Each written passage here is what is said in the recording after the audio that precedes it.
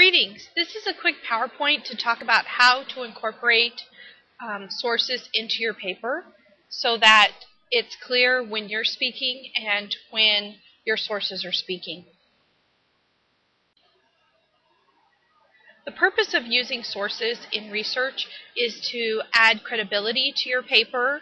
When you cite an expert on your behalf, it adds credibility to you as an author. It also adds specificity to your paper. Remember that good writing is always very specific, and quotes and sources add that specific evidence. It can show a group of convergent voices in agreement. What we mean by that is if you cite several sources that all say the same thing or similar things, it shows how several experts agree that this is the case. It can help to demonstrate your knowledge of the subject and show how much you've learned about it. It can cite expert witness on your behalf, and it can provide hard factual evidence for your points. So sources are very important in good writing. When you bring a source into your paper, though, you need to introduce it carefully. Source information should not be simply dropped into your prose without any sort of mention of where you got it from. Before you add research information, you should name the author, cite his or her credentials if you happen to know that information. You can add the title of the source that you got it from, and then after the quote, you can give a short summary of the quote if the quote was long or complex to help bring clarity to the source. If you don't have all of these, it's fine, but definitely you do need the author in order to have what's called attribution, clear attribution. In other words, you are attributing the information that you're adding to someone else. So it helps the reader to see the transition between your opinions and beliefs and the information that you got from research. It definitely helps to avoid plagiarism, and it increases your credibility as an author. Here are some examples of introductory phrases that can be used, and you can see I got it from the website at the bottom. So they're kind of silly and they're strangely phrased, but the point being this, it kind of demonstrates to you how do you write a phrase of attribution. So Kumquat offers this explanation: deep thinkers talk little. In the words of Fisher, art is the mirror of belief. As Ted Fisher has remarked, life imitates art. As Fisher reminds us, monkey see, monkey do. So you can see, you can vary it. You don't just have to say Kumquat stated over and over again. You can vary out how you, what kind of words you use in that phrase of attribution, but it is important to use that signposting so that your reader knows that they're entering information that didn't come from your mind. Once you start doing research, you're going to do a lot of attribution. And when you've got your outline all organized, you'll need to begin writing your paragraphs. When you write your paragraph, you need to decide whether or not the information that you have put in your outline should be a summary, a paraphrase, or direct quotation. So you should very consciously decide it. I know when I create outlines, as I've demonstrated to you in a previous PowerPoint, I always put direct quotes into my outlines because I haven't decided yet how I want to use that information. But this PowerPoint is going to help you figure out, once you actually start writing your paragraphs, should it be a summary, should it be a paraphrase, or should it be a direct quote? And then you can make that decision when you're actually writing your paragraphs. You use a summary when you need to rewrite the original and you need it to be much shorter than the original. Summaries convey the overall big picture of the point made by the original, but it tends to lose some of the details or reasons that the author might have believed what they believed. So summaries are a very short version, and they're used when the whole idea behind the original source supports your position.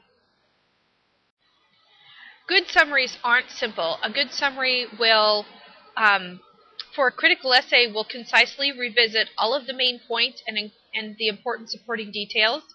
In a narrative source or a story, it will record the whole plot and the important turns of event. In a visual source, like if you're summarizing a painting or a photograph or something like that, you would have the main subject and the key features. A good summary doesn't really quote the source, and it definitely never judges the source. A summary should be very objective.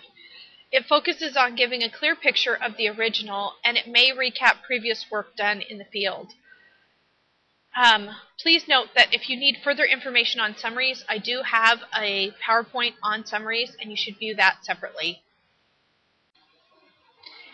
Paraphrasing should be the most common way to incorporate information into your writing. Rewriting the source in your own words, but using roughly the same amount of words, is a paraphrase. Paraphrases put the source in your words, but preserve the detail of the original. They are useful to include some. It's useful to include a paraphrase when you need to include some of the ideas someone else has, but you don't need to preserve their language. This is key here, preserving the language. You should ask yourself, is anything about this language memorable or special? If the answer is no, then you should paraphrase. The more you paraphrase, the more in control of your paper you will be.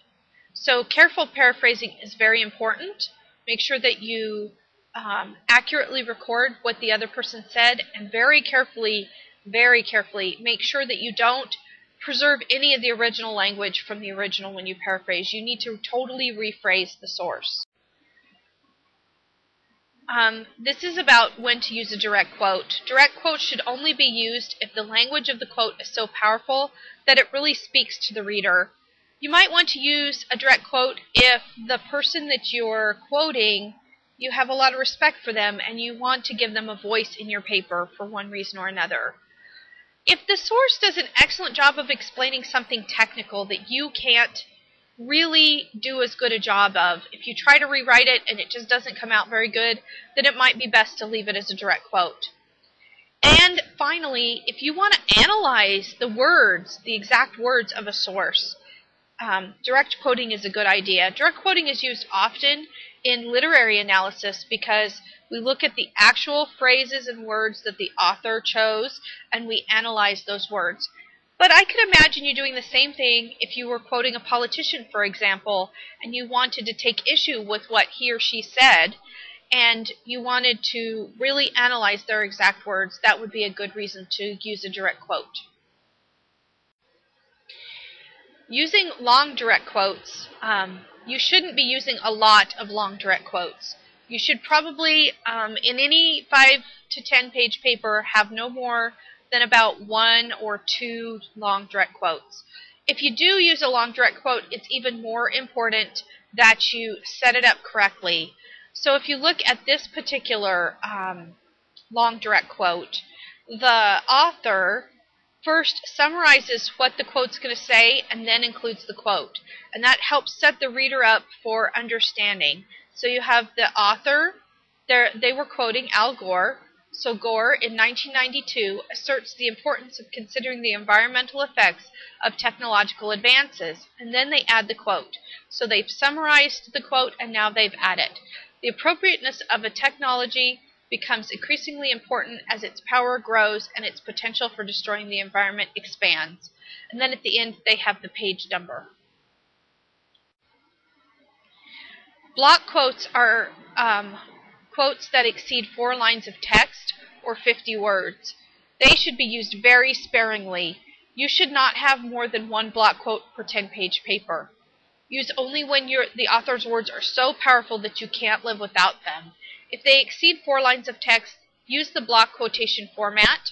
There's no reason that you should have more than 2 or 3 direct quotes in a short paper, and certainly not more than 1 to 2 in a paper of 10 to 15 pages. So think carefully about block quotes. If you need to know how to look up a block quote, go to the Purdue OWL, O-W-L, online writing lab, and type in MLA or APA, whichever of the 2 that you're using, and then type in block quote so that it will show you how to do it correctly in the citation format that you're using. Sometimes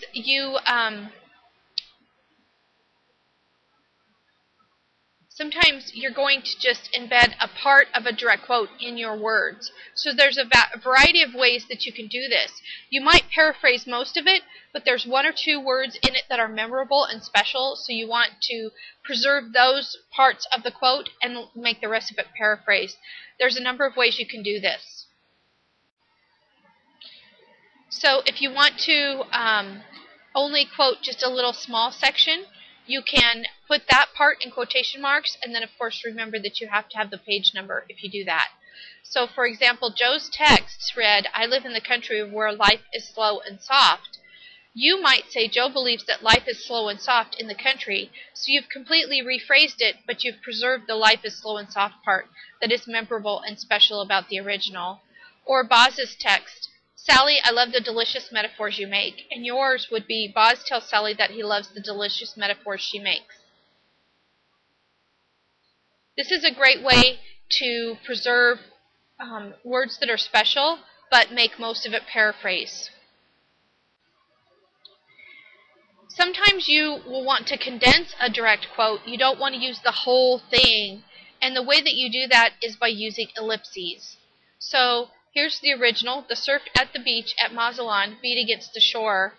In your quotation, Smith says of the waves, of his wave watching, "The surf beat against the shore." So it took out the bit about at Mazatlan in the center, and the ellipses represent the missing information.